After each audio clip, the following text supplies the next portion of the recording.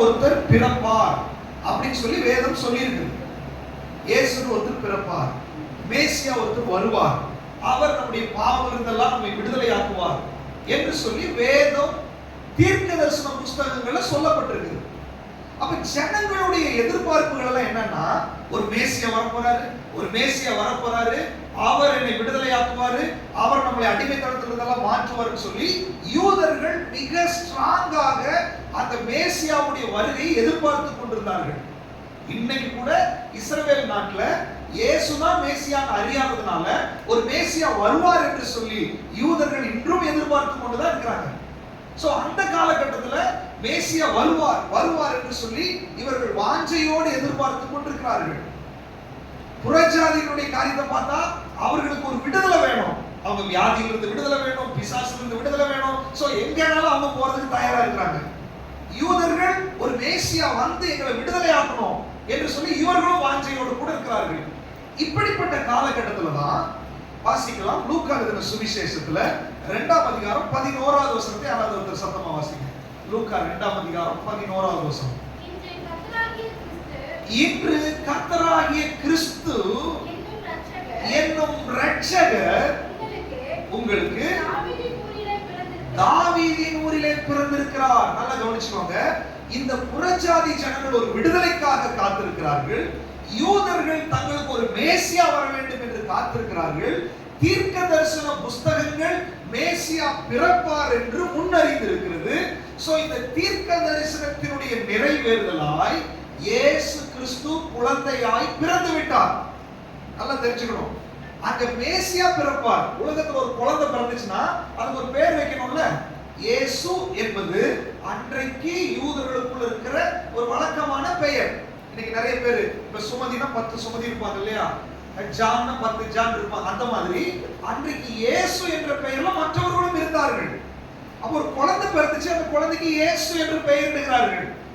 ஆனால் வேதம் சொல்லுகிறது இது ஏதோ சாதாரண குழந்தை அல்ல, இது பரிசுத்த ஆவியினால் உற்பத்தியான குழந்தை, அல்லது தீர்க்கதரிசிகளால் பல நூற்றாண்டுகளால் எதிர்பார்க்கப்பட்டிருக்கிற ஒரு குழந்தை என்று சொல்லி வேதம் சொல்லுகிறது. உடனே இந்த குழந்தை பிறந்த உடனே தூதர்கள் வந்து ஆட்டு மேய்ப்பர்களுக்கு சொல்றாங்க, இப்ப பிறந்திருக்கிறார் இல்லையா, இன்று கர்த்தராகிய கிறிஸ்து என்னும் இரட்சகர் உங்களுக்காக பிறந்திருக்கிறார். அல்லேலூயா.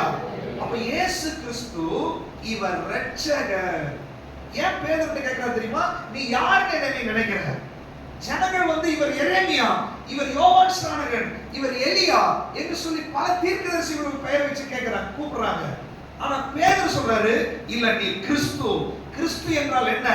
இவர் இரட்சகர், என்னை ரட்சிக்கிறதுக்காக வந்தவர், என்னை விடுவிக்கிறதுக்காக வந்தவர், என்னுடைய பாவத்திலிருந்து என்னை விடுதலையாக்குறதுக்காக வந்தவர், என்னை அடிமைத்தனத்திலிருந்து விடுதலையாக்குறதுக்காக வந்தவர். எனக்கு அருமையானவர்களே, இயேசுவை குறித்ததான வெளிப்பாடு இல்லாமல் ஆவிக்குரிய விடுதலை நம்ம பெற்றுக்கொள்ள முடியாது. அல்லேலூயா. நீங்க சரீர சுகம் பெறலாம், வியாதி உங்களுக்கு சுகமாகலாம், உங்களுக்கு அற்புதம் நடக்கலாம். அது எல்லாருக்கும் நடந்துச்சு. அவர் யாரெல்லாம் பின்னாடி போனார்களோ எல்லாருக்கும் சுகம் நடந்துச்சு, எல்லாருக்கும் அற்புதம் நடந்துச்சு. ஆனால் எல்லாரும் சீசர்களாகவில்லை, எல்லாரும் பரலோகம் போகல. ஆண்டவர் சொல்றாரு, இவங்க எல்லாரும் என்ன வேணாலும் சொல்லட்டும், என்னுடைய அற்புதங்களை எல்லாம் அனுபவிக்கட்டும், அதெல்லாம் எனக்கு பிரச்சனை கிடையாது. பட் எனக்கு பின்பாக வருவதற்கு ஒப்பு கொடுத்திருக்கிறீர்கள் அல்லவா, நீங்கள் என்னை யார் என்று நினைக்கிறீர்கள்? பேதுரு சொல்றாரு, ஆண்டவரே நீ ஜீவன் உள்ள தேவனுடைய குமாரனாகிய கிறிஸ்து. அப்படின்னா என்ன? எங்களை ரட்சிப்பதற்காக வந்த மேசியா நீரே, எங்களை ரட்சிப்பதற்காக, எங்களை விடுதலையாக்குவதற்காக வந்த இரட்சகர் நீர் ஆண்டவரே என்று சொல்லி ஆணித்தரமாய் பேசுகிறார். ஆண்டவர் ஆச்சரியப்பட்டு போயிட்டாரு. நல்லா கவனிச்சு பாத்தீங்கன்னா அந்த அதிகாரத்தை நீங்க அப்படியே வாசிச்சீங்கன்னா, இந்த சம்பவத்துக்கு அப்புறம் அவர் சிலுவை பாடுகளை பத்தி பேச ஆரம்பிச்சார். அப்படின்னா என்ன அர்த்தம்? நான் வந்தது அங்க நிறைவேறி விட்டது, என்னை இரட்சகராய் ஏற்றுக்கொண்டு விட்டார்கள், என்னை கிறிஸ்து என்று அறிக்கை செய்து விட்டார்கள். திரள் கூட்டமான ஜனங்கள் எலியா எரேமியான்னு சொல்றது பத்தி அவர் கவலைப்படல. பட் எனக்கு பின்னாடி வர்ற நீங்க கிறிஸ்து என்ற வெளிப்பாடு உனக்கு வந்ததுனால இப்ப நான் போறேன், நான் போனாலும் இந்த வெளிப்பாடு உங்களை விடாது. நீ மரண பரியந்த இந்த கிறிஸ்துவை நீ அறிக்கை பண்ணுவாய், சுவிசேஷம் உலகம் முழுவதும் கடந்து போகும் என்று சொல்லி ஆண்டவர் அடுத்த டாபிக்ல பேச ஆரம்பித்து விட்டார். எனக்கு அருமையானவர்களே, இன்றைக்கு காலை வேளையில இயேசு இயேசுன்னு சொல்லி இயேசுவை ஆராதிக்கிறோம். கிறிஸ்தவ மதத்துக்குள்ள வந்துட்டோம், சபைக்கு வந்துட்டோம். இன்னைக்கு ஆண்டவர் உங்ககிட்ட கேட்கிறாரு, இயேசு யார் உனக்கு தெரியுமா? இயேசுவுக்கு உங்களுக்குள்ள உறவு என்ன? அவர் கிறிஸ்து, அவர் மேசியா, அப்படின்னா அவர் ரட்சகர். அவர் ரட்சகர் என்று உனக்கு தெரியுமா? இஸ்ரவேல் ஜனங்கள், புறஜாதிகள் பல நூற்றாண்டுகளாய் விடுதலை இல்லாமல் இருந்தபோது விடுதலை ஆக்குவதற்காகவே வந்த ஒருவர் இயேசு. அவர் ரட்சகர், அவர் மேசியா, அவர் கிறிஸ்து என்று இயேசுவை பிடித்துக் கொண்டார்கள். இன்னைக்கு ஆண்டவர் கேட்கிறாரு, உங்க வாழ்க்கையில இயேசு எப்படிப்பட்டவராய் இருக்கிறார்? அவர் உங்களுக்கு ரட்சகரா இருக்கிறாரா? உங்களுடைய பாவத்தை அவர் மன்னிச்சிருக்கிறாரா? அவர் உங்களை விடுதலை ஆக்கி இருக்கிறாரா? அவர் உங்களுக்கு சமாதானம் கொடுத்திருக்கிறாரா? இயேசுவுக்கு உங்களுக்குள்ள உறவு எப்படிப்பட்டது? ஆண்டவர் இன்னைக்கு என்ன எதிர்பார்க்க தெரியுமா? உனக்கு ஒரு வெளிப்பாடு வரணும். அதனாலதான் முதல்ல அந்த வசனத்தை வாசிக்க சொன்னேன். இந்த வெளிப்பாடு என்பது நம்மளுடைய ஞானத்துல வருகிற வெளிப்பாடு கிடையாது. இயேசுவை நீங்க அறியணும்னா அவரே நமக்கு அதை வெளிப்படுத்தி கொடுத்தாதான் முடியும். ஆனா ஆண்டவர் பாருங்க, எவ்வளவு பெரிய பாக்கியம். ஞானிகளுக்கும் கல்விமான்களுக்கும் மறைத்து பேதைகளாகிய நமக்கு இந்த வசனத்தை வெளிப்படுத்தி பேசும்படியாய், அதை கேட்கும்படியாய், அவருடைய சபையில வந்து உட்காரும்படியாய் நமக்கு ஆண்டவர் கிருபை செய்திருக்கிறார். அல்லேலூயா. ஆனா ஆண்டவருக்கு என்ன கவலை தெரியுமா? நீங்க சபைக்கு வர்றீங்க, வசனத்தை கேட்கறீங்க, வசனத்தை கையில வச்சிருக்கீங்க, அதெல்லாம் பெரிய பிரச்சனை கிடையாது. பட் இயேசுவை நீங்க யார் என்று நினைக்கிறீர்கள்? இயேசு உங்களுக்கு எப்படிப்பட்டவராய் இருக்கிறார்? இயேசுவை குறித்ததான வெளிப்பாடு ரொம்ப முக்கியம். இயேசுவை குறித்ததான வெளிப்பாடு இல்லாமல் அவரை பின்பற்றி வர முடியாது. இயேசுவை குறித்ததான வெளிப்பாடு இல்லாமல் அவரை சேவிக்க முடியாது. காரணம், வெளிப்பாடு என்றால் என்ன? அவர் யார் என்பதை நான் புரிந்து கொள்கிறேன். அவர் யார் என்பதை புரிந்து கொண்டால் எனக்கு என்ன நன்மை? அவர் யார் என்பதை நான் புரிந்து கொண்டால் அவருக்குள் இருக்கிற விடுதலைகளும் வல்லமைகளும் எனக்குள்ள கடந்து வர ஆரம்பித்துவிடும். அல்லேலூயா. இன்னைக்கு எனக்கு விடுதலை இல்ல, சமாதானம் இல்ல, போராட்டமா இருக்குது, ஆனால் இயேசுவை தான் நான் வணங்குறேன் அப்படின்னு சொன்னா, இன்னைக்கு ஆண்டவர் அநேக இடத்துல சொல்றாரு, நீங்க இயேசுவை வணங்குறீங்க, ஆனா உங்களுக்கு வெளிப்பாடு இல்ல. இவர் தான் கிறிஸ்து, இவர் தான் ரட்சகர், இவர் தான் என் பாவத்தை மன்னிக்கிறவர், இவர் தான் எனக்கு விடுதலை கொடுக்கிறவர் என்ற ஒரு வெளிப்பாடு உங்களுக்குள்ள இல்லாததுனால உங்களுக்கு பல விஷயத்துல விடுதலையே கிடையாது. வேதம் தெளிவாய் சொல்லுகிறது, இவர் மேசியா, இவர் ரட்சகர், ஜனங்களை அடிமைத்தனத்திலிருந்து விடுதலையாக்க வந்த ஒரே தெய்வம் இவர் இயேசு கிறிஸ்து. ஹalleluya. அப்போ அவரை குறிச்ச வெளிப்பாடு நமக்கு தேவை. இன்னொரு வசனத்தை கூட வாசிங்க. யோவான் எழுதின சுவிசேஷம் 6ஆம் அதிகாரம் 40வது வசனத்தை யாராவது ஒருத்தர் வாசிங்க. குமாரனை கண்டு அவரிடத்தில் விசுவாசமாய் இருக்கிறவன் எவனோ அவன் நித்திய ஜீவனை அடைவதும் நான் அவனை கடைசி நாளில் எழுப்புவதும் என்னை அனுப்பினவருடைய சித்தமாய் இருக்கிறது. நல்லா கவனிச்சுக்கோங்க. குமாரனாகிய இயேசுவை கண்டு அவரை விசுவாசிக்கிறவனை நித்திய ஜீவன் பரலோகத்துக்கு கொண்டு போவதும், கடைசி நாள்ல அவர் திரும்ப இந்த பூமிக்கு வரும்போது நம்ம மரித்து போயிருந்தாலும் நம்ம எழுப்புவதும் அவருடைய சித்தமாய் இருக்கிறது. அப்ப பாருங்க, இயேசு ஏன் இந்த கேள்வியை கேட்கிறாரு? ஜனங்கள்லாம் என்ன யாரு நினைக்கிறாங்க? நீங்க என்ன யாரு நினைக்கிறீங்க? ஜனங்களுக்கெல்லாம் என்ன பிரச்சனை அப்படின்னா, இன்னைக்கு சாப்பாடு வேணும், இன்னைக்கு வியாதி சுகமாகணும், இன்னைக்கு ஒரு அற்புதம் நடக்கணும், அவ்வளவுதான். அப்ப பேதுருட்ட கேக்குறாரு, நீங்க என்ன யாரு நினைக்கிறீங்க? பேதுரு சொல்றாரு, ஆண்டவரே இன்னைக்கு சுகத்துக்கோ இதுக்கோ நாங்க வரலப்பா, நீ கிறிஸ்து. அப்படின்னு என்ன அர்த்தம்? நித்திய ஜீவன் உங்ககிட்ட இருக்குது ஆண்டவரே, நீ கடைசி நாள் எங்களை எழுப்புவீங்க ஆண்டவரே, நாங்க நித்திய ஜீவனுக்காகவே பின்பற்றி வருகிறோம் என்பதுதான் அந்த வார்த்தையினுடைய அர்த்தமாய் இருக்கிறது. அல்லேலூயா. இன்னைக்கு ஆண்டவர் நம்ம கிட்ட கேட்கிறாரு, நீங்க இயேசுவை நம்பினது, இயேசுவை ஆராதிக்கிறது, இயேசுவை தொழுது கொள்வது, வேதத்தை வாசிப்பது இந்த உலகத்தினுடைய அற்புதத்துக்காகவா, இந்த உலகத்தினுடைய சுகத்துக்காகவா, இந்த உலகத்தினுடைய நன்மைக்காகவா, அல்லது நித்திய ஜீவனுக்காகவா என்பதை நீங்கள் புரிந்து இன்னைக்கு அறிந்து கொள்ள வேண்டும். ஒருவேளை இந்த உலகத்தினுடைய அற்புதத்துக்காக, சுகத்துக்காக, விடுதலைக்காக, இதுக்காகவே நான் இயேசுவை தேடிட்டு இருக்கிறேன் அப்படின்னா, நீங்கள் அந்த மற்றவர்களுடைய கூட்டத்தில் இருக்கிறீங்க. ஆண்டவர் கேட்கிறாரு, அந்த மற்றவர்களுடைய கூட்டம் ஆண்டவருக்கு தேவையில்லை.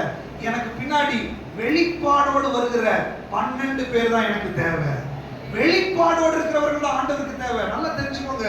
இயேசுவை ஆண்டவரே ஆண்டவரே என்று சொல்லி இயேசுவுக்கு பின்பாக திரள் கூட்டமாய் போகிற கூட்டமான ஜனங்களை பார்த்து ஆண்டவர் மயங்கிறதே கிடையாது.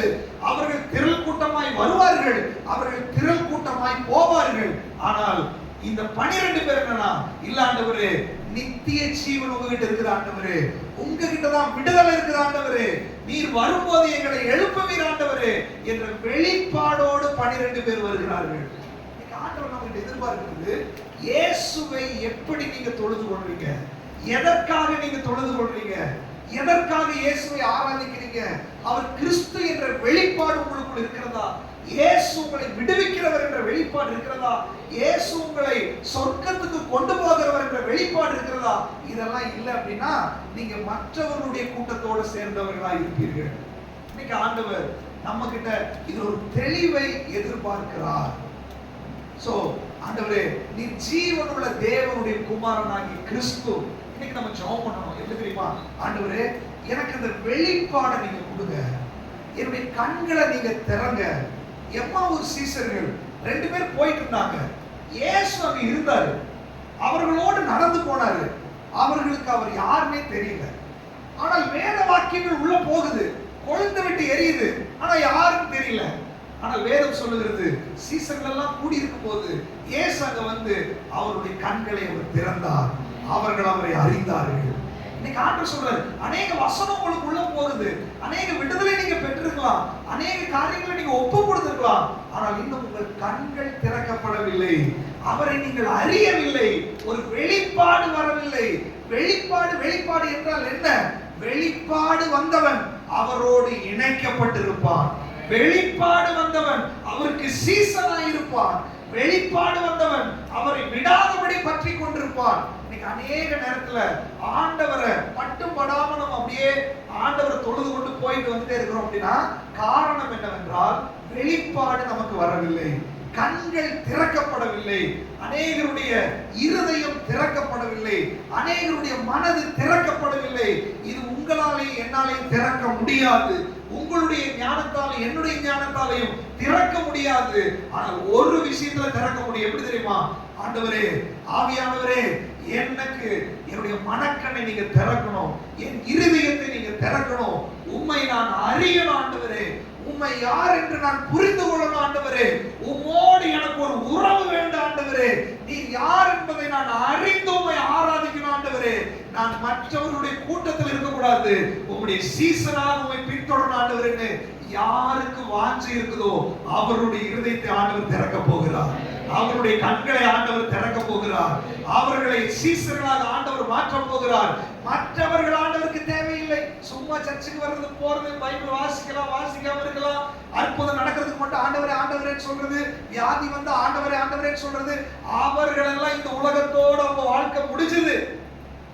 ஆனால் வெளிப்பாடு உள்ளவர்கள் இந்த உலகத்தோட வாழ்க்கை முடியறது இல்ல, நித்திய வரைக்கும் அவரோட டிராவல் பண்ண போகிறார். ஹalleluya, ஹalleluya. ஆண்டவருடைய கேள்வியுடைய சாராம்சம் அதுதான்.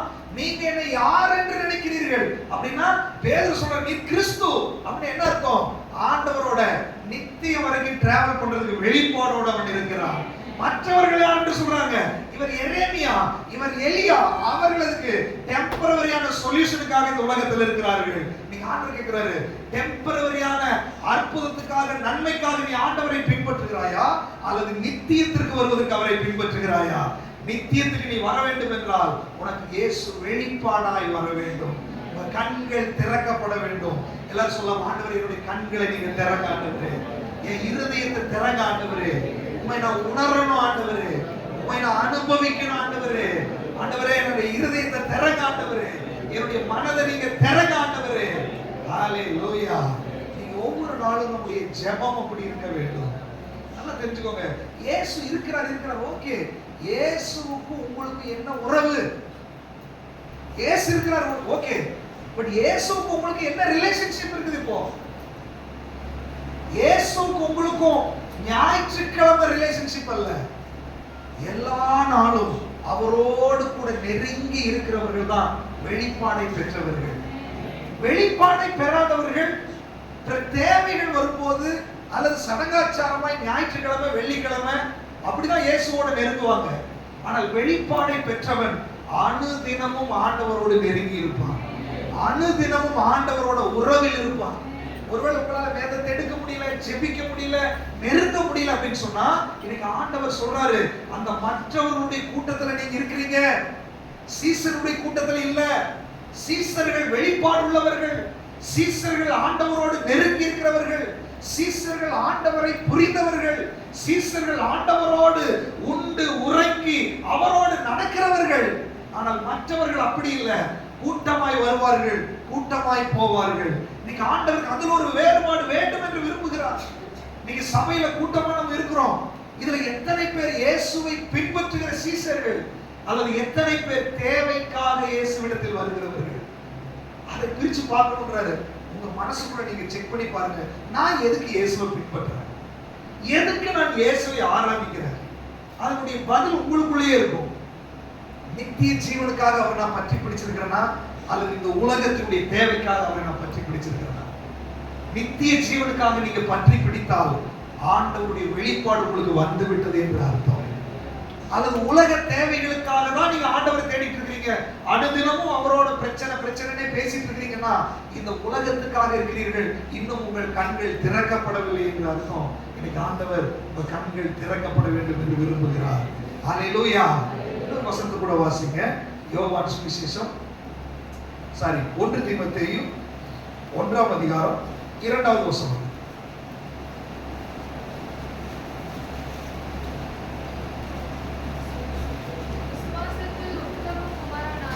விசுவாசத்தில் உத்தம குமாரனாகிய தீமோத்தேயுவுக்கு எழுதுகிறதாவது, நம்முடைய பிதாவாகிய தேவனாலும் நம்முடைய கர்த்தராகிய இயேசு கிறிஸ்துவினாலும் கிருபையும் இரக்கமும் சமாதானமும் உண்டாவதாக. நல்லா கவனிச்சுக்கோங்க. அப்போஸ்தலனாகிய பவுல் தீமோத்தேயு என்கிற விசுவாசத்தில் உத்தம குமாரனாய் இருக்கிற தீமோத்தேயுக்கு எழுதுகிறார். என்ன சொல்றார் அப்படின்னா, நம்முடைய பிதாவாகிய தேவனாலும் கர்த்தராகிய இயேசு கிறிஸ்துவினாலும், அப்படின்னா பிதாவாகிய தேவன் மூலமாய், பிதாவாகிய தேவனிடத்திலிருந்து இயேசு கிறிஸ்து மூலமாய் உங்களுக்கு கிருபையும் இரக்கமும் சமாதானமும் உண்டாவதாக. நல்லா தெரிஞ்சுக்கோங்க. தீர்க்கதரிசிகள் மேசியா என்று ஒருத்தர் வருவார், அவர் உங்களை விடுதலையாக்குவார் சொன்னாங்க. சோ தீர்க்கதரிசிகள் சொன்ன மாதிரியே காலம் நிறைவேறின போது ஸ்திரீயின் வித்தாக பிறந்தவர் இயேசு கிறிஸ்து. சோ இயேசு கிறிஸ்து யார்? தீமோத்தேயு நிருபத்தில் வாசிக்கிறோம், தேவன் ஒருவரே, தேவனுக்கும் மனுஷனுக்கும் மத்தியஸ்தரும் ஒருவரே. வாசிக்கலாம் 1 தீமோத்தேயு 2ஆம் அதிகாரம் 4வது வசனம். வேகமாக வாசி. எல்லா மனுஷரும் ரட்சிக்கப்படவும் சத்தியத்தை அறிகிற அறிவை அடையவும் அவர் சித்தமுள்ளவராய் இருக்கிறார். தேவன் ஒருவரே, தேவன் ஒருவரே, தேவனுக்கும் மனுஷனுக்கும் மத்தியஸ்தரும் ஒருவரே, மீடியேட்டர் ஒருவரே. அடுத்த வசனம், எல்லாரையும் மீட்கும் பொருளாக தம்மை ஒப்பு கொடுத்த மனுஷனாகிய கிறிஸ்து இயேசு அவரே, அவர்தான் மீடியேட்டர். நல்லா தெரிஞ்சுக்கோங்க. நம்ம ஜெபம் பண்றோம், ஜெபம் முடிக்கும் போது எப்படி பண்றோம்? இயேசு கிறிஸ்து மூலம் வேண்டிக் கொள்ளுகிறோம் பிதாவே. அப்ப நான் யார்கிட்ட ஜெபிக்கிறேன்? பிதாவிடத்தில் ஜெபிக்கிறேன். நான் டைரக்டா பிதாவிடத்துல கேட்க முடியாது. ஏனால் பிதாவை ஒருவனும் ஒரு காலம் கண்டதே கிடையாது. அப்ப 2 தெய்வமா 3 தெய்வமா இல்ல, ஒரே தெய்வம் தான். தேவன் ஒருவரே, ஒருவரும் காண முடியாத பிதாவாகிய தேவன் நாம் எளிமையாய் காணும்படியாக அவதாரமாய் மாறி வந்தார். அதுதான் இயேசு கிறிஸ்து. ஹல்லேலூயா. அப்ப அந்த இயேசு கிறிஸ்து என்ற அவதாரம் மூலமாய், அவர் சிலுவையில் செய்த பலியின் மூலமாய், ஆண்டவரே எனக்கு விடுதலை வேண்டும் என்று நான் கேட்கும்போது இயேசு மூலமாய் பிதாவாகிய தேவனிடத்திலிருந்து எனக்கு விடுதலை கடந்து வருகிறது. ஹல்லேலூயா. இப்ப தீமோத்தேயுக்கு பவுல் எழுதுறாரு, உத்தம குமாரனாகிய தீமோத்தேயுக்கு பிதாவாகிய தேவனாலும் கர்த்தராகிய இயேசு கிறிஸ்துவினாலும் உங்களுக்கு கிருபையும் இரக்கமும் சமாதானமும் உண்டாவதாக.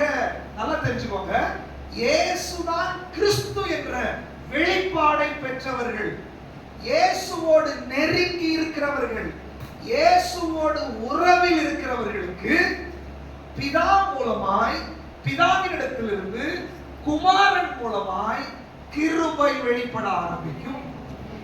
பிதாவினிடத்திலிருந்து குமாரன் மூலமாய் இரக்கம் வெளிப்பட ஆரம்பிக்கும்.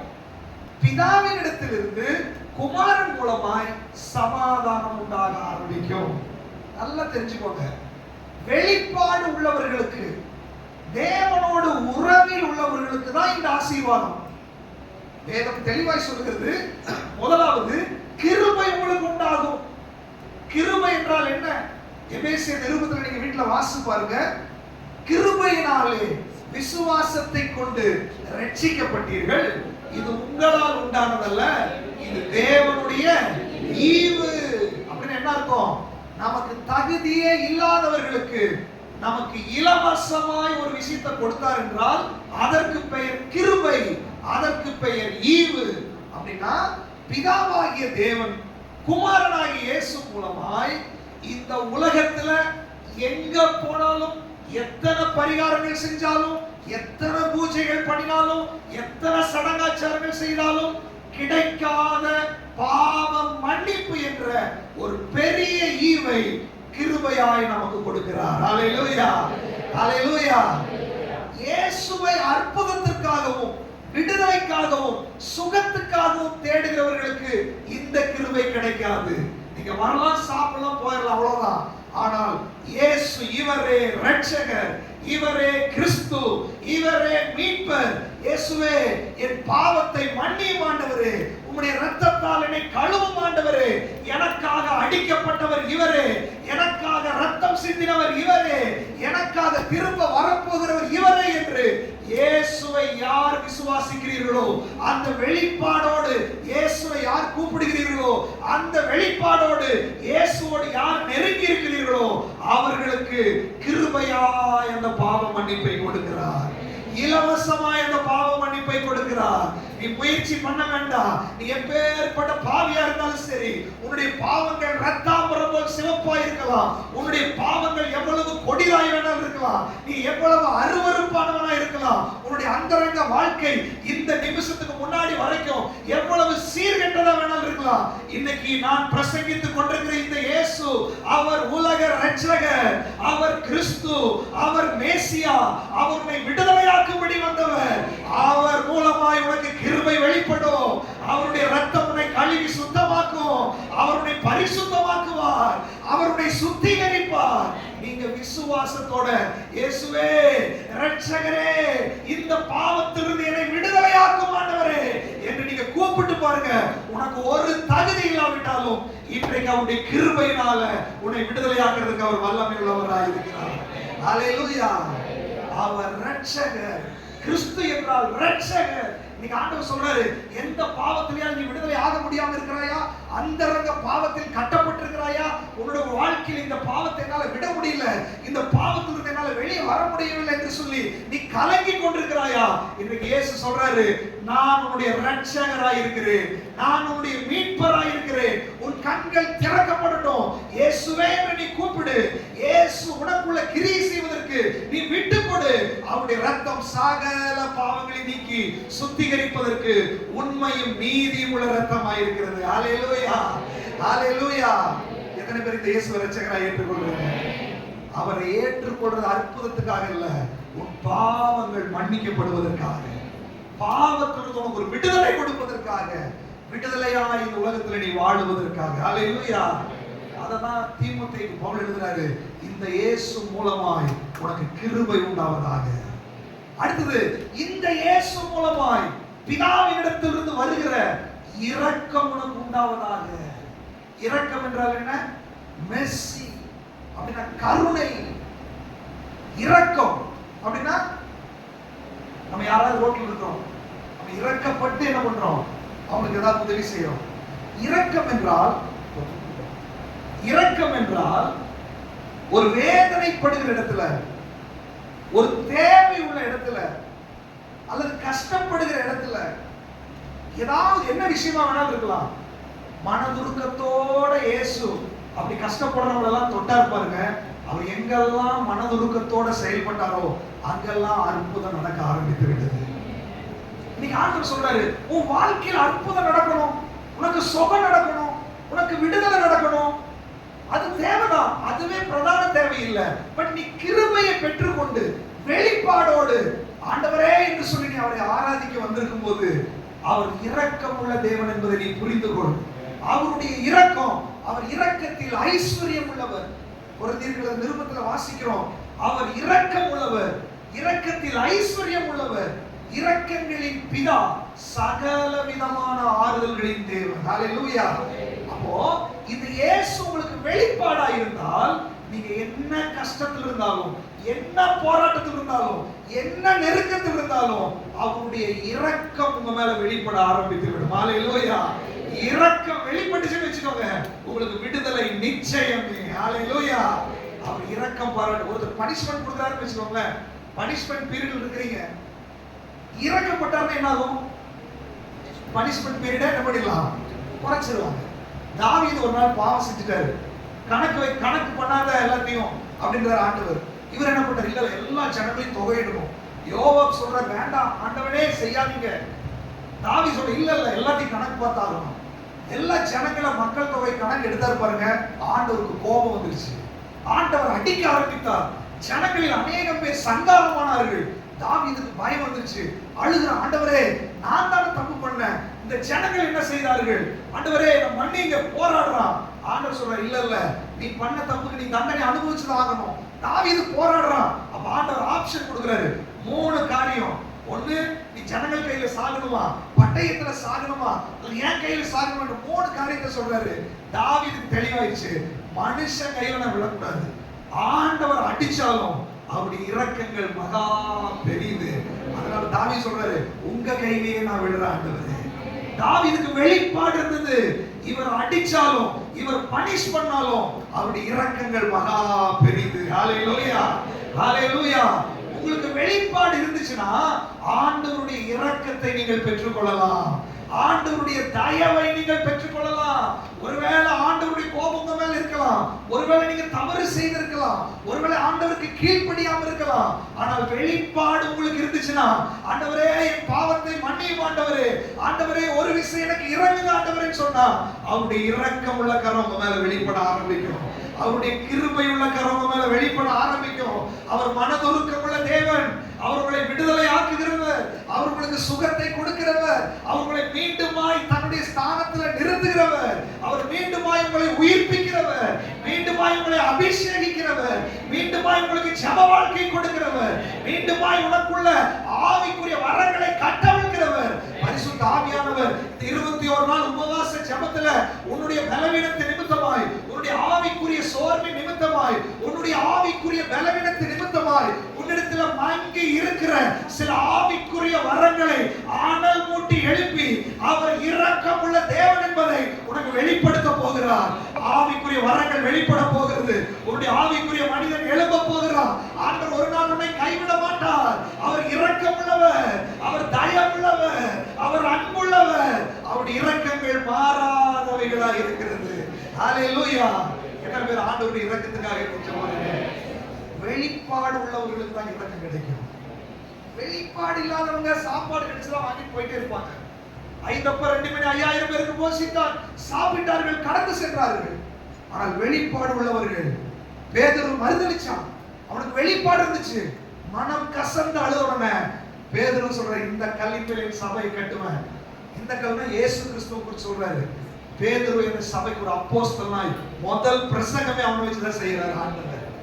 தவறு பண்ணலாம், நீ பலவீனமாகலாம், நீ பின்வாங்கி போகலாம், நீ மறுதலிக்கலாம். ஆனா ஆண்டவரே நீ கூப்பிடும் போது உனக்கு வெளிப்பாடு இருந்தால், வெளிப்பாடு இருந்தா நீ கூப்பிடுவ ஆண்டவரே. நீ வெளிப்பாடோடு கூப்பிட்டால் அவருடைய இரக்கம் உன் மேல வெளிப்பட ஆரம்பித்து விடும். ஹல்லேலூயா. இன்னைக்கு காலையில அவருடைய இரக்கம் வெளிப்பட்டு கொண்டிருக்கிறது, இன்னைக்கு காலையில அவருடைய கிருபை வெளிப்பட்டு கொண்டிருக்கிறது. இன்னைக்கு காலையில அவருடைய கிருபையால் உங்களை மூடிக்கொண்டிருக்கிறார், அவருடைய தயவால் உங்களை மூடிக்கொண்டிருக்கிறார். அப்புறம் தீமோத்தேயுக்கு சொல்றாரு, கிருபையும் இரக்கமும் சமாதானமும் உண்டாவதாக. ஹல்லேலூயா. இயேசு கிறிஸ்து என்று, அவர் இரட்சகர் என்று, அவர் விடுவிக்கிறவர் என்று வெளிப்பாடு உள்ளவர்கள் ஒவ்வொரு நாளும் சமாதானமா இந்த உலகத்துல வாழ முடியும். ஆண்டவர் சொல்றாரு, உலகம் தராத சமாதானத்தை நான் உங்களுக்கு தரேன். இன்னைக்கு பாருங்க, நிறைய கிறிஸ்தவர்களுடைய பிரச்சனை என்ன தெரியுமா? இந்த பிரச்சனை, அந்த பிரச்சனை, அது கிடைக்கல, வேலை கிடைக்கல, பிள்ளைங்க பிரச்சனை, புலம்பிட்டே இருக்கிறோம். ஏன் புலம்புறது தெரியுமா? வெளிப்பாடு இல்ல. ஏன் வெளிப்பாடு இல்ல? நீ இயேசுவை ஆராதிக்கிறது உண்மை என்றால், உனக்குள்ள இயேசு இருக்கிறது உண்மை என்றால், அந்த இயேசு யார் என்ற வெளிப்பாடு உனக்குள்ள இருந்துச்சுன்னா, உன்னுடைய எல்லா பிரச்சனைகளையும் அவர் உங்களுக்கு பரிகாரியாக வெளிப்பட ஆரம்பித்து விடுவார். ஆனா பிரச்சனை என்னன்னா, இயேசுவை ஆராதிக்கிறீங்க, இயேசு உங்களுக்குள்ள இருக்கிறாரு, ஆனா ஒவ்வொரு பிரச்சனைக்கும் மத்தவங்களை போட்டு தொந்தரவு பண்றீங்க, ஒவ்வொரு பிரச்சனைக்கு நீங்க கவலைப்படுறீங்க, ஒவ்வொரு பிரச்சனைக்கு நீங்க போராடி கொண்டிருக்கிறீங்க. காரணம் என்ன? நீங்க மற்றவர்களை போல கூட்டத்தில் இருக்கிறீங்க. நீங்க சீசர்களாய் இல்லை. பட் சீசர்களா இருந்தவங்க என்ன பண்ணுவாங்க அப்படின்னா, அவர்களுக்கு ஒரு பிரச்சனை வரும், ஒரு போராட்டம் வரும். அப்ப அவங்க சொல்லுவாங்க, ஆண்டவரே, உலகத்தில் இருக்கிறவனை விட எனக்குள் இருக்கிறவர் நீ பெரியவர் ஆண்டவரே. வெளிப்பாடு உள்ளவன் தான் பிரச்சனையில இதை சொல்ல முடியும். ஒரு குறைவுகள் வரலாம், தரித்திரம் வரலாம், வெளிப்பாடு இருக்கிறவன் என்ன பண்ணுவான் தெரியுமா? சிங்க குட்டிகள் தாழ்ச்சி அடைந்து பட்டினியா இருக்கும். நான் உங்களை தேடுறேன் ஆண்டவரே, எனக்கு ஒரு நன்மையும் குறைவுபடாத ஆண்டவரே. அதுதான் வெளிப்பாடு உள்ளவனுடைய வாழ்க்கை. வெளிப்பாடு இல்லாதவன் புலம்ப ஆரம்பிச்சிருவான், வெளிப்பாடு இல்லாதவன் அழுக ஆரம்பிச்சிருவான், வெளிப்பாடு இல்லாதவன் முறுமுறுக்க ஆரம்பிச்சிருவான். இஸ்ரவேல் ஜனங்கள் அநேக முறை அற்புதங்களை பார்த்து முறுமுறுத்தார்கள். அவர்களை பார்த்து ஆண்டவர் சொல்றாரு, வணங்கா கழுத்துள்ள ஜாதிகளா இருக்கிறாங்க, இவர்கள் எத்தனையோ அற்புதத்தை பார்க்கறாங்க, பட் நான் அவர்களை விடுதலை ஆக்குகிற யெகோவா, நான் தான் அவங்களுடைய மீட்பர் என்பதை அவர்கள் புரிந்து கொள்ளாமல் இருக்கிறார்கள் என்கிறார். இன்னைக்கு ஆண்டவர் அநேகரை பார்த்து சொல்றாரு, உன் வாழ்க்கையில் ஆண்டவர் அநேக அற்புதங்களை செய்திருந்தோம், உன்னை ஆண்டவர் அநேக விடுதலை செய்திருந்தோம். ஒரு பிரச்சனை வந்த உடனே, ஒரு சின்ன போராட்டம் வந்த உடனே நீ சோர்ந்து போய், தளர்ந்து போய், நீ முறுமுறுத்து ஆண்டவரை மறுதலிக்கிற ரேஞ்சுக்கு நீ போறியே, நீ மற்றவர்களுடைய கூட்டத்தோட இருக்கிற ஒழிய நீ இன்னும் சீசன் ஆகவில்லை, நீ இன்னும் அவர் உனக்கு வெளிப்பாடாய் வரவில்லை. அவருக்கு உனக்குள்ள உறவு, அதுல ஏதோ விரிசல் இருக்கிறது. இன்னைக்கு ஆண்டவர் சொல்றாரு, அந்த உறவுக்குள்ள நீ மறுபடியும் வா, என் மூலமா உனக்கு சமாதானத்தை நான் கொடுக்கிறேன். உலகம் தராத சமாதானத்தை நான் உனக்கு தர்றேன். என்னுடைய சமாதானத்தை நான் உனக்கு வச்சுட்டு போறேன். அது ஒரு மனுஷனால் எடுக்கவே முடியாது. ஆண்டவர் சொல்றாரு, இயேசுவை வெளிப்பாடாய் ஆராதிக்கிறவர்கள், இயேசுவோடு உறவில் ஆராதிக்கிறவர்கள், இயேசுவை வைராக்கியமாய் பிடித்திருக்கிறவர்கள், இயேசுவை பின்பற்றி மரணமானாலும் ஜீவனானாலும் இயேசுவை விடமாட்டேன் என்று பற்றி பிடித்தவருடைய வாழ்க்கையில ஆண்டவர் சொல்றார், பிரச்சனை இருக்கும், போராட்டம் இருக்கும், அதுக்கு மேல சமாதானம் அவர்களுக்குள்ளாக இருக்கும். ஹல்லேலூயா. நமக்கு 6ஆம் சங்கீதம் சொன்னது மாதிரி, பூமி நிலை மாறலாம், மலைகள் நடு சமுத்திரத்துல சாஞ்சு போகலாம், அதின் ஜனங்கள் கொந்தளித்து அதின் பெருக்கினால் பர்வதங்கள் அதிர்ந்தாலும், இயேசுவை வெளிப்பாடாய் பெற்றவன், இயேசுவோடு உறவில் இருக்கிறவன், அவன் பயப்பட மாட்டான். தேவன் அதன் நடுவில் இருக்கிறார், அது அசையாது. அதிகாலமே தேவன் அதற்கு சகாயம் பண்ணுவார். இன்னைக்கு ஆண்டவர் சொல்றாரு, அநேக நேரத்துல நீ சோர்ந்து போவதற்கு காரணம், அநேக நேரத்துல நீ தளர்ந்து போகிறதுக்கு காரணம், உனக்கு வெளிப்பாடு இல்லை, உன் கண்கள் திறக்கப்படவில்லை. இயேசு எப்படிப்பட்டவர் என்று உனக்கு தெரியவில்லை. அவர் இரட்சகர், அவர் சகல விதமான ஆறுதல்களின் தேவன், அவர் உன்னுடைய பரிகாரி, உன்னுடைய எல்லா பிரச்சனைக்கும் அவர் போதுமானவராய் இருக்கிறார். ஹல்லேலூயா. ஆனா பிரச்சனை வரும்போது நீ ஏன் கதற? பிரச்சனை வரும்போது நீ ஏன் சோர்ந்து போகிற? நல்லா தெரிஞ்சுக்கோங்க, வெளிப்பாடை பெற்றவர்கள் இருக்காங்க இல்லையா? பவுலுக்கு வெளிப்பாடு இருந்துச்சு, சிறைச்சாலையில புடிச்சு போட்டாங்க. பவுலுக்கு அந்த வெளிப்பாடு இருந்ததுனால பவுல் சொன்னாரு, யாரோட ரெக்கமெண்டேஷன் எனக்கு தேவையில்லை, யாரையும் நான் கூப்பிட வேண்டிய அவசியம் இல்லை, நானே சங்கடப்பட்டு அழுக வேண்டிய அவசியம் இல்லை. சிறைச்சாலையா இருக்கலாம், நான் இப்ப அவரை துதிக்க ஆரம்பிச்சா போதும். நான் ஆராதிக்கிற தேவன் அவர் துதிகளின் மத்தியில் வாசம் பண்ணுகிறவர். அவர் துதிக்க ஆரம்பிச்ச உடனே அவர் இறங்கி வந்து விட்டார். ஹல்லேலூயா. தானியேலுக்கு அந்த வெளிப்பாடு இருந்துச்சு. சிங்கக்கபில ராஜாவுடைய ரெக்கமெண்டேஷன் அதெல்லாம் தேவை கிடையாது, காம்ப்ரமைஸ் தேவை கிடையாது. நான் ஆராதிக்கிற தேவன், என்னுடைய ஜெபத்துக்கு என்னாலும் அவருடைய செவிகள் திறந்திருக்கிறது, அவருக்கு செவி இருக்கிறது. அது விக்கிரகம் அல்ல, அவர் பேசுகிற ஆண்டவர், அவர் ஜீவன் உள்ள தேவன். அந்த வெளிப்பாடு இருந்ததுனால சிங்க கவிக்குள்ள தேவ மகிமை இறங்கி வந்துருச்சு. இன்னைக்கு ஆண்டவர் கேட்கிற உங்க குடும்பத்தினுடைய பிரச்சனை, உங்க தனிப்பட்ட வாழ்க்கையினுடைய பிரச்சனை, வாலிப பிள்ளைகளுடைய பிரச்சனை, ஒரு 4 செவத்துக்குள்ள நீ முழங்கால் போட்டு அதை தீர்க்கக்கூடிய வல்லமை உள்ள தேவன் உனக்கு இருந்துட்டோம். நீ ஏன் அழுகிற? நீ ஏன் போராடுகிற? நீ ஏன் அடுத்தவர்களை பார்த்து கெஞ்சுகிற? இன்றைக்கு நீ முழங்கால் போடு. இந்த இயேசு உனக்கு வெளிப்பாடாய் வருவார். இந்த இயேசு உன்னை விடுவிக்கிறவராய் வருவார். இந்த இயேசு உனக்கு அற்புதம் செய்கிறவராய் வருவார். இந்த இயேசுவால் விடுவிக்க முடியாத எந்த இடமும் கிடையாது. நீ அக்கினி சூளைக்குள்ள இருந்தாலும் உன்னோடு அதுக்குள்ள உலாவுகிற தேவனாய் இருப்பார். அக்கினி ஜுவாலை உன் பேரில் பற்றாது. அந்த வெளிப்பாடு உனக்கு வர வேண்டும். யாரெல்லாம் எதிர்பார்க்கிறார்? என் பிள்ளைகளுக்கு வெளிப்பாடு இல்ல. பிரச்சனை வரும்போதெல்லாம் நான் யாருன்னு அவங்களுக்கு தெரிய மாட்டேங்குது. நான் எல்லா பிரச்சனைக்கும் ஒரே மருந்து இயேசு என்று என் பிள்ளைகளுக்கு தெரியவில்லை. ஒவ்வொரு பிரச்சனை வரும்போதும் புலம்பி அழுது போராடி நீங்க சொல்ல, ஏன் இன்னைக்கும் அவரை ஆராதிக்கிறவங்களுக்கு விடுதலை இல்லை? இன்னும் எனக்கு இந்த இடத்துல விடுதலை இல்லை, இந்த விஷயத்துல விடுதலை இல்லை, இந்த விஷயத்துல போராட்டம். ஒரு லிஸ்ட் ஆஃப் ப்ராப்ளத்தை வச்சுட்டு நீ ஏன் ஆராதிக்கிற? உனக்கு வெளிப்பாடு இல்லை இயேசு யாருக்கு, இயேசுனுடைய வல்லமை என்னன்னு உனக்கு தெரியல. அதனாலதான் செக் பண்றாரு. பேதுரு சொல்றாரு, ஆண்டவரே அவன்லாம் எதுக்கு வேணாலும் உங்களை வந்து பார்க்கணும், அவன்லாம் என்ன வேணா சொல்லணும், பட் நான் தெரியும் ஆண்டவரே, நீ ஜீவனுள்ள தேவனுடைய குமாரனாகிய கிறிஸ்து, நீ மேசியா, நீ ரட்சகர், நீ மீட்பர் ஆண்டவரே என்று சொல்லி ஆணித்தரமாய் பேச ஆரம்பித்தார். நீங்க ஆண்டவர் சொல்றாரு, அப்படிப்பட்ட உறுதியான தேவ பிள்ளைகளை நீ ஆண்டவர் எதிர்பார்க்கிறார். எத்தனை பேர் நீங்க அப்படி உறுதியா நிற்பேன்னு சொல்றீங்க? ஆண்டவர் உங்களுக்கு வெளிப்பாடாய் வரும்போது அந்த உறுதியை நீங்க பெற்றுக்கொள்ள முடியும். ஹல்லேலூயா, ஹல்லேலூயா. இந்த வார்த்தை பேதுரு சொன்ன உடனே ஆண்டவர் சொல்றாரு, பேதுரு, மாம்சமும் ரத்தமும் இதை உனக்கு என்ன பண்ணல, இதான் உனக்கு வெளிப்படுத்தி இருக்கிறார். அப்போ ஒருத்தன் வாயில இயேசு இருக்கிறார், அவரை விடுவிப்பார் பிரச்சனைக்குள்ள இருந்து நீங்க சொன்னீங்கன்னா அது மாம்சத்துல எல்லாம் சொல்ல முடியாது. அப்படி நீ சொன்னால் பிதாவே உனக்கு அதை சொல்ல வைக்கிறார் என்று அர்த்தம். ஆவியான உன்னை அதை சொல்ல வைக்கிறார் என்று அர்த்தம். அவர் சொல்ல வைக்கிறார்னா என்ன அர்த்தம்? அவருக்கு உங்களுக்கு ஒரு கனெக்ஷன் இருக்குது என்று அர்த்தம். கனெக்ஷன் உள்ளவன் எப்பேற்பட்ட சூழ்நிலையிலும் வைராக்கியமா பேச ஆரம்பிப்பான். சாத்ராக் மேஷாக் ஆபேத்நேகோவுக்கு கனெக்ஷன் இருந்துச்சு. அதனால சிலைக்கு முன்னாடி நின்று சொல்லலாம், நீ ராஜாவா இரு, நீ யாரா வேணாலும் இரு, நாங்க அடிமையா இருக்கலாம், ஆனா எனக்குள்ள ஒருத்தர் இருக்கிறார், அவர் சர்வ வல்லமை உள்ள தேவனாகிய கர்த்தர். அதனால நீ நிறுத்துறத நான் என்ன பண்ண முடியாது, வணங்க முடியாது. வெளிப்பாடு உள்ளவர்கள், ஆண்டவரோட உறவில் உள்ளவர்கள் எந்த சூழ்நிலையிலும் பயப்பட மாட்டாங்க. எந்த சூழ்நிலை அறிக்கை செய்வதற்கு தயங்க மாட்டார்கள். உங்களுடைய நாவு வாய்கள் திறக்கப்படும், நாவுகள் கர்த்தர் என்று அறிக்கை செய்யும். அப்படிப்பட்ட வல்லமை அவர்களுக்கு கொடுத்திருக்கிறார். ஆனா சபையில கூட நம்ம வாய் திறக்க முடியல. அப்படின்னா நேபுகாத் நேச்சார் முன்னாடி பாபிலோன் தேசத்துல அங்க போய் அறிக்கை பண்றது பயங்கரமான விஷயம். சரி, சபையில எல்லாம் கிறிஸ்தவர்கள் இருக்கிற இடத்துல வாயை திறந்து பாட முடியல அப்படின்னா உனக்கு இன்னும் வெளிப்பாடு வரல. தேவனுக்கு உனக்கு உறவே கிடையாது. உன்னால வாயை திறக்க முடியல, ஸ்தோத்திரம் பண்ண முடியல, ஆண்டவரை மகிமைப்படுத்த முடியலன்னா நீங்க கவலைப்படாதீங்க. ஆண்ட வசனம் சொல்லுகிறது, அவர் உனக்கு அந்த வெளிப்பாடு கொடுக்காம உன் வாயை திறக்க முடியாது. அவர் உனக்கு விடுதலை கொடுக்காம உன் வாயை திறக்க முடியாது. நீ கேட்கணும், ஆண்டவரே நான் வாயை அடக்கிட்டு வந்து நின்றுட்டு இருக்கிறேன், என்னால பாட முடியல, என்னால துதிக்க முடியல, நீ ரட்சகர் அல்லவா, நீ விடுவிக்கிறவர் அல்லவா, எனக்கு ஒரு விடுதலை கொடுத்து உம்மை துதிக்கிற துதியை என்னுடைய வாயில கொடுங்க ஆண்டவரே என்று நீங்க கேட்டா அடைக்கப்பட்ட நாவுகள் திறக்கப்பட ஆரம்பிக்கும். உங்களுடைய நாவு ஆண்டவருடைய துதியை சொல்ல ஆரம்பிக்கும். நீங்க ஜெபிக்க ஆரம்பிப்பீர்கள், நீங்க பாட ஆரம்பிப்பீர்கள், அவரை மகிமைப்படுத்த ஆரம்பிப்பீர்கள். இத சொல்லாம நீங்க உட்கார்ந்துருந்தீங்கன்னா மற்றவருடைய கூட்டத்தை போல கூட்டத்தோட வருவீங்க, கூட்டத்தோட போவீங்க. ஆண்டவருக்கு உங்களுக்கு எந்த சம்பந்தமும் கிடையாது.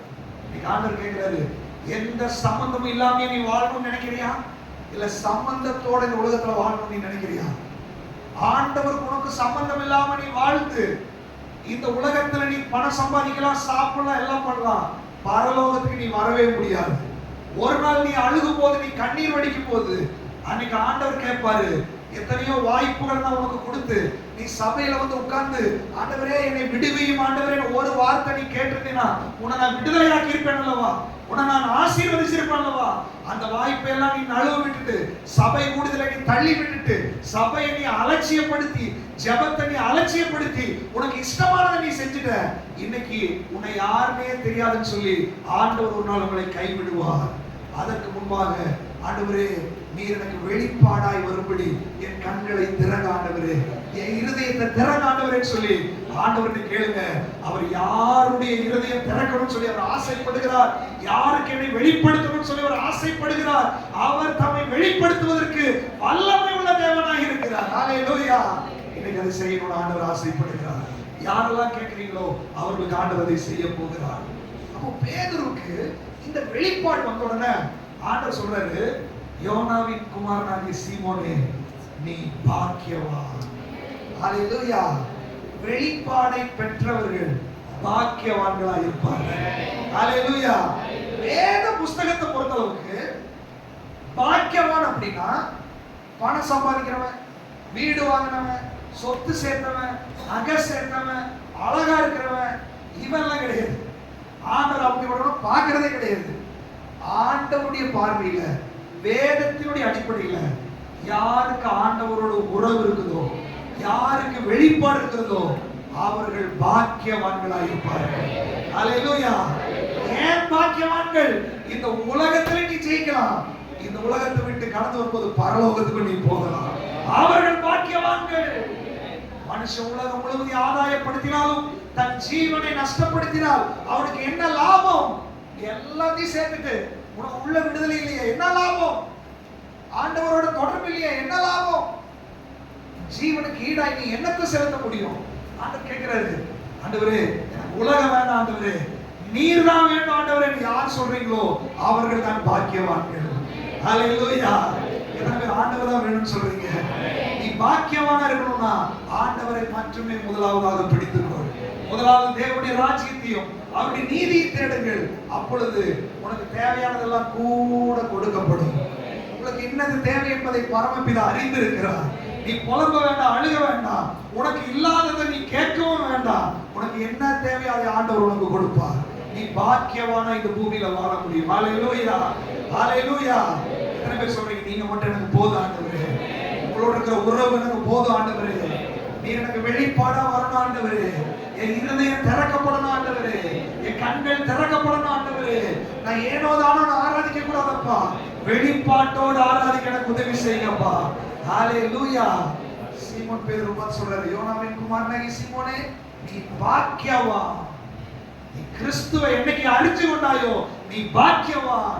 ஆண்டவர் சொல்றாரு, சொந்த பந்தங்கள் உங்களை ஏளனமாய் பேசுறவங்க அவங்க எல்லாம் நீங்க பெரிய பெரிய ஆளு, ஏசி போற, பைபிள் எடுத்துட்டு போற, உங்களை உதாசீனப்படுத்தலாம். ஆனா வேதம் சொல்லுகிறது, என்னைக்கு நீ இயேசுவை தெரிந்து கொண்டாயோ அன்று நீ பாக்கியவானாய் மாறிவிட்டாய், நீ பாக்கியவதியாய் மாறிவிட்டாய்.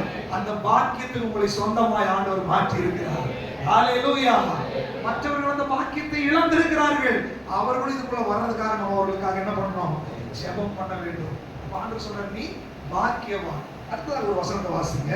யோவான் எழுதின சுவிசேஷம் 4ஆம் அதிகாரம் 25வது வசனம் 26வது வசனத்தை அவருக்கு சத்தமா வாசிங்க. அந்த ஸ்திரீ அவரை நோக்கி, கிறிஸ்து எனப்படுகிற மேசியா வருகிறார் என்று அறிவோம், அவர் வரும்போது எல்லாவற்றையும் நமக்கு அறிவிப்பார் என்றார். உன்னுடனே பேசுகிற நானே அவர். நல்லா கவனிச்சுக்கோங்க, இங்க சமாரியா ஸ்திரீட்ட போய் ஆண்டவர் பேசுறாரு. இவர் போகும்போது அந்த அம்மாவும் இவர் ஏதோ தீர்க்கதரிசி ஒருத்தர் தான் நினைச்சிட்டாங்க. அப்ப இவர் நிறைய ஆவிக்குரிய காரியங்களை ஆராதனைகளை குறிச்சு எல்லாம் பேசும்போது அந்த அம்மா சொல்றாங்க, நாங்க கேள்விப்பட்டிருக்கிறோம் கிறிஸ்து என்கிற மேசியா ஒருத்தர் வருவார், அவர் வந்தோடனே எங்களுக்கு எல்லாம் விடுதலை கொடுப்பார், நாங்க கேள்விப்பட்டிருக்கிறோம். இவர் சொல்றாரு, ஏம்மா உங்ககிட்ட பேசிட்டு இருக்கிற பாரு, நானே அவர். வெளிப்படுத்தினார் அவளுக்கு. ஆண்டவர் சொல்றாரு, ஒரு ஆளுனாலும் கூட பரவாயில்ல, அவன் எவ்வளவு பாவம் பண்ணாலும் பரவாயில்ல, தன்னை வெளிப்படுத்துவதற்கு அவர் ஆவல் உள்ளவராய் இருக்கிறார். ஹalleluya. ஆண்டவர் பாருங்க, நீங்க என்ன நினைச்சிட்டு இருக்கீங்க? ஐயோ ஆண்டவர் என்கிட்ட வருவாரா, எனக்கு வெளிப்படுத்துவாரா, அவர் எனக்கெல்லாம் பேசுவாரா? அப்படிலாம் இல்ல. இந்த சமாரிய ஸ்திரியை ஊரே ஒதுக்கி வச்சிருந்துச்சு, யாரும் அவங்கிட்ட பேச மாட்டாங்க. ஆனால் இயேசு தன்னை அவளுக்கு வெளிப்படுத்த ஆரம்பித்தார். ஹalleluya, ஹalleluya. அப்ப அந்த வெளிப்பாடு அவளுக்கு வந்துருச்சு. இவர்தான் கிறிஸ்து. ஏதோ மேசியாக்காக நான் காத்திருக்க வேண்டாம், என் முன்னாடி அவர் வந்து விட்டார். இவர்தான் மேசியா, இவர்தான் ரட்சகர். அறிஞ்ச உடனே அந்த அம்மா என்ன பண்ணாங்க பாருங்க, 28 29. அப்பொழுது அந்த ஸ்திரீ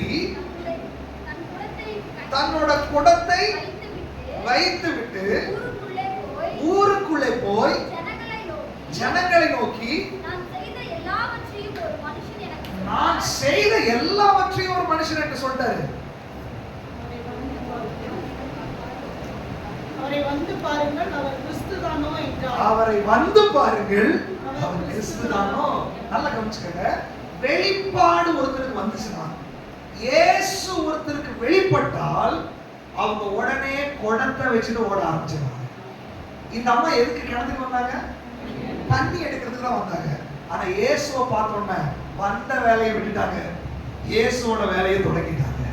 ஹalleluya. இயேசுவை வெளிப்பாடாய் பெற்றவர்கள் சொந்த வேலைக்கு முக்கியத்துவம் கொடுக்க மாட்டீங்க. இயேசுவை வெளிப்பாடாய் பெற்றவர்கள் அவரோட வேலையை செய்யாம இருக்க மாட்டீங்க. இன்னைக்கு ஒரு பிரச்சனை என்னன்னா, இயேசுவை ஆராதிக்கிறேன், இயேசுவை வணங்குறேன், வேலை வேலை வேலை வேலை, 24 மணி நேரமும் வேலை செஞ்சா கூட வேலை. அப்ப என்ன விஷயம்னா, இயேசு உனக்கு வெளிப்பாடா வரல. இயேசு வெளிப்பாடா இருந்தவன் வேலை எப்ப முடியும் சொல்லிட்டு பைபிள் எடுத்துட்டு அவர் சுவிசேஷம் சொல்றதுக்கு கிளம்புவான். நாங்களாம் அப்படிதான் வளர்ந்தோம். சின்ன வயசுல எங்க பெற்றோர்கள் எல்லாம் வேலை செஞ்சு எஸ்டேட் வேலை முடிச்சு சாயங்காலம் இருட்டிடும். அப்பொழுது தீப்பந்தத்தை கையில எடுத்துட்டு பல கிலோமீட்டர்கள் காட்டுக்குள்ள நடந்து போய் சுவிசேஷத்தை அறிவித்தார்கள். இன்னைக்கும் அவங்க எங்கெல்லாம் நடந்து போனார்களோ, இன்னைக்கு 10 சபைகளுக்கு மேல அந்த இடத்துல ஆராதனை நடந்துட்டு இருக்குது. இயேசுவை யார் அனுபவிக்கிறார்களோ, இயேசுவை யார் வெளிப்பாட பெற்றிருக்காங்களோ, அவன் சும்மா இருக்க மாட்டான். இன்னைக்கு இயேசுவை பெற்றுக்கொண்டு அபிஷேகம் பெற்று ரட்சிக்கப்பட்டுட்டு பைக் இருக்கு, டைம் இருக்கு, மொபைல் இருக்கு, எல்லா வசதிகளும் இருக்குது, ஆனால் இயேசுவுக்காக ஓடுறதுக்கு மனசு இல்லை. இன்னைக்கு ஆண்டவர் கேட்கிறாரு, எப்படிப்பட்ட வெளிப்பாடு உனக்கு வந்துச்சு? சமாரிய ஸ்திரீ இயேசுவை பார்த்த உடனே இவர் கிறிஸ்துதானா, நானே அவர். அந்த அம்மானால இருக்க முடியல. என்ன வேலைக்கு வந்தாங்களோ குடத்தை வச்சாங்க, ஊருக்குள்ள ஓடுறான். யார் என்ன நினைப்பா அது எனக்கு கவலை இல்லை. நான் இயேசுவை பார்த்து விட்டேன், இயேசு என்னோடு பேசிவிட்டார், இனி என்னால் அமர்ந்திருக்க முடியாது. எப்பேற்பட்ட பாவி அவ்வளவு பெரிய வைராக்கியமான தீர்மானம் எடுத்திருக்காங்க. ரட்சிக்கப்பட்டிருக்கீங்க, ஞானஸ்நானம் எடுத்திருக்கீங்க, அபிஷேகம் பண்ணப்பட்டிருக்கீங்க, சபைக்கு வர்றீங்க, வேலை வேலை வேலை வேலை, அது ஒரு விக்கிரகமாய் மாறிவிட்டது. உங்களுக்குள்ள அந்த தீ கொழுந்து விட்டு எரிய மாட்டேங்குது. எப்ப எனக்கு நேரம் கிடைக்கும் ஊழியத்துல பங்கெடுக்கலாம், எப்ப நேரம் கிடைக்கும் ஒரு பிரேயர்ஸ்ல உருவாக்கலாம், எப்ப எனக்கு நேரம் கிடைக்கும் நான் குடியிருக்கிற இடத்துல, நான் குடியிருக்கிற ஊர்ல இந்த இடத்துல ஒரு பிரேயர்ஸ்ல உருவாக்குவோம், சுவிசேஷத்தை சொல்லுவோம், எனக்கு இயேசு செய்ததை சாட்சியாய் மற்றவர்களுக்கு சொல்லுவோம், அதுதான் சுவிசேஷம் என்று நமக்குள்ள ஏன் அந்த தீ எரிய மாட்டேங்குது? ஆண்டவர் சொல்றாரு, வெளிப்பாடு இல்லை. வெளிப்பாடு இல்லாதவர்கள் இப்படிதான் இருப்பாங்க. அவங்க வேலை, அவங்க குடும்பம், வேலை செய்யறோம், படுத்து தூங்குறோம், சாப்பிடுறோம், அந்த ரொட்டீன் லைஃப். ஞாயிற்றுக்கிழமை கடமைக்காக, அந்த கடமை வேண்டாம். நீங்க ஆண்டவர் சொல்றாரு, ஏன் உன்னால அது முடியல? அந்த சுவிசேஷத்தினுடைய பாரம் ஏன் உனக்குள்ள வரல? ஏன் உனக்குள்ள அந்த தீ கொழுந்து விட்டு எரிய மாட்டேங்குது? இயேசு உனக்கு வெளிப்பாடா இல்லை. ஏதோ தேவைக்காக இயேசு, உன்னுடைய அற்புதத்துக்காக இயேசு, உன்னுடைய சுகத்துக்காக இயேசு. ஆண்டவர் அதற்காக இல்ல. அந்த தீயை, அந்த சுவிசேஷத்தை உலகத்துக்கு கொண்டு போறதுக்காக தான் வெளிப்பாடுடைய சீசர்களை ஆண்டவர் தேடுகிறார். ஒருவேளை ஊருக்குள்ள எத்தனையோ பேர் இருந்திருப்பான், ஏன் இந்த அம்மாவை தேடி போறாரு?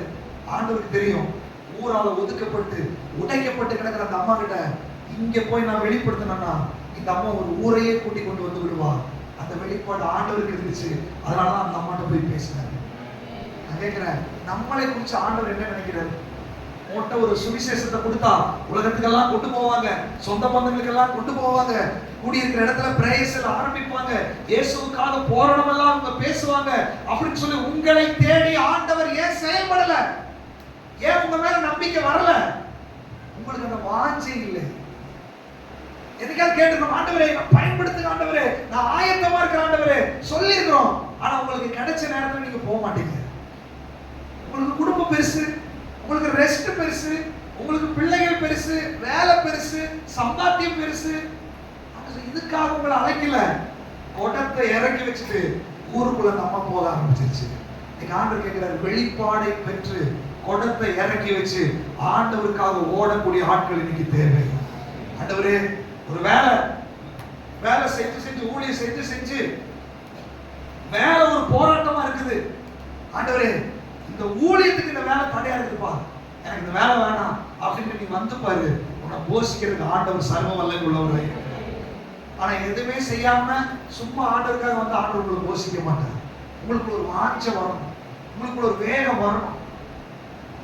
நான் ஷார்ஜாவில் வேலை செய்யும் போது வேலை எல்லாம் முடிச்சு அங்கிருந்து பல கிலோமீட்டர் பார்டருக்கு அங்க வந்து டாக்ஸி கூட கிடைக்காது. சில நேரத்தில் நடந்து போய் ஜனங்களை சந்திச்சு அவங்களை சபைக்கு கொண்டு வந்துருக்கோம். வெள்ளிக்கிழமையானா டாக்ஸிக்கு காசை போட்டு 4 பேர் 5 பேரை ஒரு டாக்ஸில உட்கார வச்சு எப்படியாவது சுவிசேஷத்தை கேட்கணும். எங்க வீட்டை சுவிசேஷத்துக்கு திறந்து கொடுத்துக்கிறோம். வீட்டுக்குள்ள எல்லாரும் வந்து ஜெபம் பண்ணட்டும், ஜனங்கள் வரட்டும், அப்படி எல்லாம் திறந்து கொடுத்த கேட்டீங்கன்னா ஆண்டவர் ஊழியத்துக்கு எடுத்து பயன்படுத்த ஆரம்பிச்சது. உங்ககிட்ட இருக்கிற கொஞ்சம் விஷயத்துல ஏன் உன் வீடு ஒரு சுவிசேஷமா மாறல? ஏன் உன் பிள்ளைகளை சுவிசேஷங்களா ஏற்படுத்தல? ஏன் உனக்கு உள்ளத சுவிசேஷத்துக்காக நீ பயன்படுத்தல? உனக்கு கொடுத்த வாகனத்தை நீ சுவிசேஷத்துக்கு பயன்படுத்தல?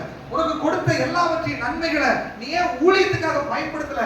அந்த தாகம் ஏன் வரவில்லை? ஆண்டவர் ஒரு நாள் கணக்கு கேட்பாரு. கர்த்தருக்காக செயல்பட்டீங்கன்னா ஒரு நாள் நீங்க தரித்திரம் அடைய மாட்டீங்க. வெளிப்பாடு உள்ளவர்கள் தான் அதை செய்ய ஆரம்பிப்பார்கள். ஹல்லேலூயா. இந்த சமாரிய ஸ்திரீக்கு வெளிப்பாடு வந்த உடனே ஒரு ஊரவே கூட்டி கொண்டு வந்து விட்டார்கள்.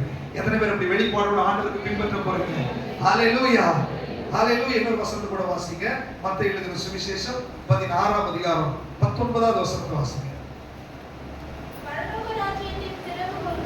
இப்போ பேதுரு சொல்றாரு, நீ ஜீவனுள்ள தேவனுடைய குமாரனாகிய கிறிஸ்து, நீ பாக்கியவான் அப்படின்னு சொல்லிட்டு அடுத்து சொல்றாரு, பரலோக ராஜ்யத்தினுடைய திறவுகோல்களை நான் உனக்கு தருவேன்.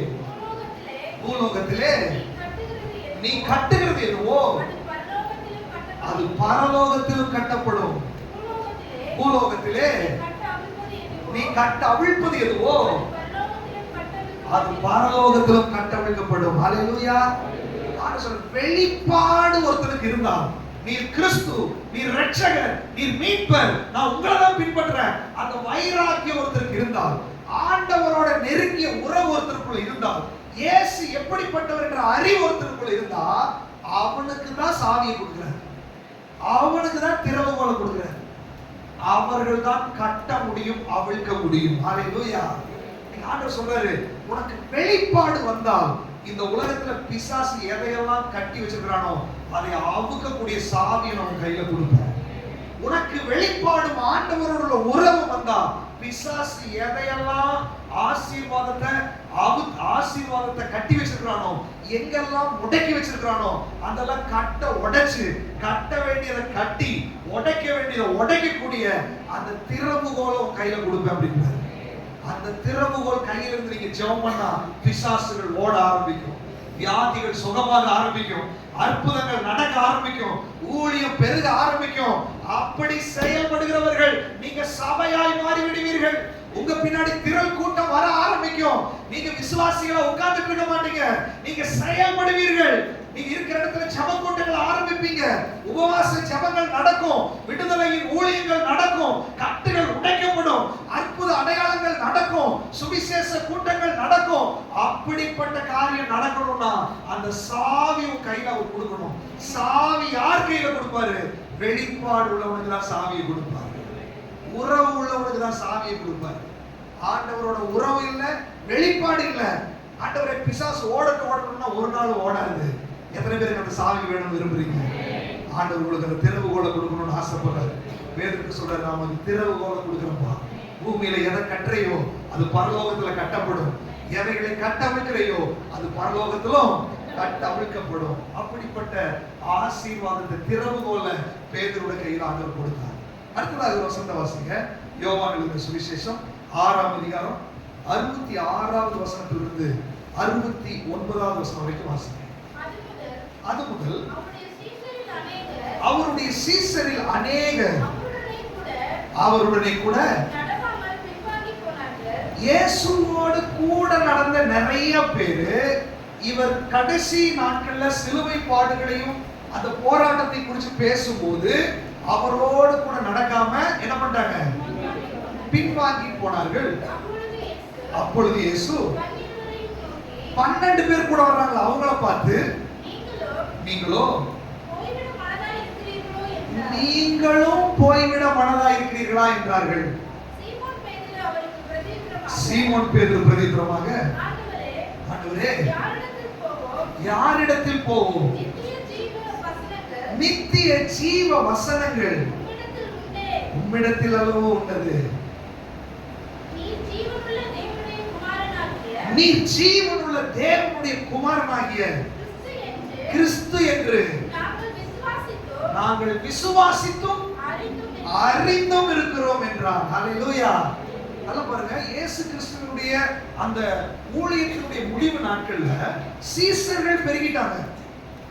திரள் கூட்டத்தை விட்டுட்டு சீசர்கள் ஆகிறதுக்கு நிறைய பேர் வந்துட்டாங்க. இயேசு பின்னாடியே போறாங்க. நீ எங்க போனாலும் வரோம் வரோம் வரோம். அவர் கடைசியில தன்னுடைய சிலுவை பாடுகளை குறித்து பேச ஆரம்பிச்ச உடனே அநேகர் அவரை விட்டு என்ன பண்ணிட்டாங்க? பின்வாங்கி போய்விட்டார்கள். இன்னைக்கு ஆண்டவர் சொல்றாரு, இன்னைக்கு நீங்க சபைக்கு வரலாம், இன்னைக்கு நீங்க ஆண்டவருக்காக நிக்கலாம். ஒரு போராட்டமும் நெருக்கமும் உங்க குடும்பத்துல வரும்போது, அல்லது ஒரு உபத்திரவம் உங்க ஏரியால வரும்போது, நீங்க போறீங்களா இருக்கிறீங்களா என்பது அந்த நேரத்துல தான் தெரியும். நிறைய பேர் போயிட்டாங்க. ஆண்டவர் 12 பேரை பார்த்து சொல்றாரு, நீங்களும் போய்விட மனதா இருக்கிறீர்களோ? அப்ப பேதுரு சொல்றான், ஆண்டவரே, நாங்க யாருக்கு போவோம்? நித்திய ஜீவ வசனம் உங்ககிட்ட இருக்கிற ஆண்டவரே. அப்ப பாருங்க, பேதுரு அந்த 12 சீசர்களுக்கு வெளிப்பாடு இருந்துச்சு. இவர் ஏதோ சாதாரணமா பேசல, ஜீவ வார்த்தைகளை அவர் பேசிக் கொண்டிருக்கிறார். ஆண்டவரே, நீர் கிறிஸ்து என்று நாங்கள் அறிந்தும் விசுவாசித்தோம் உங்களை ஃபாலோ பண்ணிட்டு இருக்கிறோம் ஆண்டவரே. சும்மா வரல ஆண்டவரே, அற்புதத்துக்காகவும் விடுதலைக்காகவும் ஏதோ தேவைகளுக்காகவும் இயேசுவை பின்பற்றி வருகிறவர்கள் ஒரு உபத்திரவம் சோதனை வரும்போது பின்வாங்கி போய் விடுவார்கள்.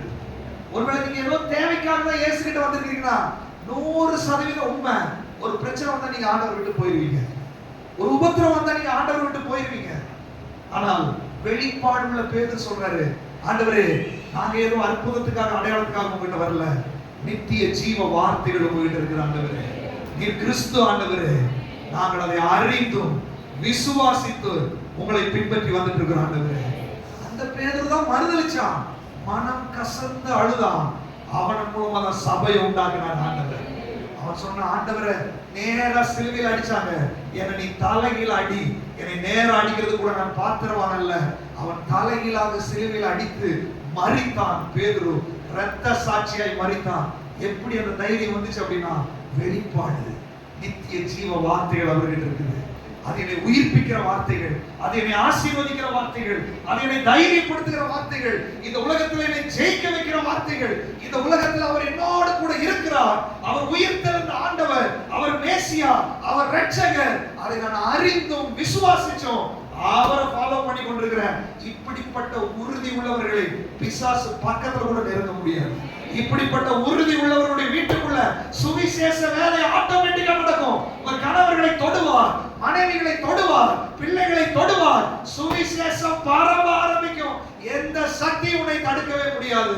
காரணம், நித்திய ஜீவ வார்த்தை உனக்குள்ள இருக்கிறது. அந்த வெளிப்பாடு இருக்கிறது.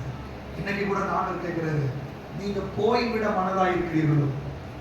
இயேசுவோட நமக்கு உறவு இல்லைன்னா, இயேசுவோட வெளிப்பாடு இல்லைன்னா, வேத வசனம், ஜெபம், ஆராதனை, இதுல ஒரு முக்கியத்துவம் உங்க வாழ்க்கையில இல்லைன்னா, ஆண்டவர் உங்களை பார்த்து கேட்கிறாரு, போய்விட மனதா இருக்கிறீர்களோ? போயிருவீங்க, கண்டிப்பா போயிருவீங்க. ஆனால் ஒருத்த மட்டும் தான் உறுதியா நிக்க முடியும். யார் தெரியுமா? வெளிப்பாடை பெற்றவர்கள், ஜீவ வார்த்தையை உட்கொள்ளுகிறவர்கள், ஜீவ வசனத்தை படிக்கிறவர்கள், ஜெபத்தில் ஆண்டவரோடு உறவாடுகிறவர்கள், ஆண்டவருக்காக எதையாகிலும் செய்ய வேண்டும் என்று சொல்லி தன்னுடைய வாழ்க்கையை அர்ப்பணிக்கிறவர்கள் மட்டுமே மரண பரியந்த உண்மையா இருக்க முடியும். இன்னைக்கு ஆண்டவர் சொல்றாரு, இன்னைக்கு ஆராதிக்கிறதும், இன்னைக்கு நீ பைபிள் எடுத்து சபையில உட்கார்ந்து இருக்கிறதும் இதெல்லாம் ஓகே. மரண பரியந்த நீ உண்மையா இருக்க முடியுமா? அவருடைய வருகையில மனுஷகுமாரன் இந்த பூமியில வரும்போது விசுவாசத்தை காண்பாரோ? முந்தினோர் அநேகர் பிந்தினோராய் இருப்பார்கள், பிந்தினோர் அநேகர் முந்தினோராய் இருப்பார்கள். அவர் வருகிற வேளையில நீங்கள் கைவிடப்படுகிற கூட்டத்தில் இருக்கக்கூடாது. அவர் வருகிற வேளையில உங்க மூலமா ஒரு கூட்டம் ஜனத்தை பரலோகத்துக்கு கொண்டு போகிற கூட்டத்துல அவருடைய சீசர்களா இருக்கணும்னு சொல்லி ஆண்டவர் விரும்புகிறார். எத்தனை பேர் ஆண்டவருக்கு ஒப்பு கொடுக்க போறீங்க? அப்படியே கண்களை இப்படி ஆண்டவரை நோக்கி பார்க்கலாமா? ஹalleluya, ஹalleluya. எல்லாரும் கண்களை மூடி ஆண்டவரை நோக்கி பாருங்க. ஆண்டவரே, நாங்க உங்களை விட்டு நாங்க போக மாட்டோம். ஆண்டவரே, எல்லாரும் வாய்களை திறந்து சொல்லாமா? இந்த நேரத்தை வேஸ்ட் பண்ணாங்க. எல்லாரும் கண்களை மூடுங்க.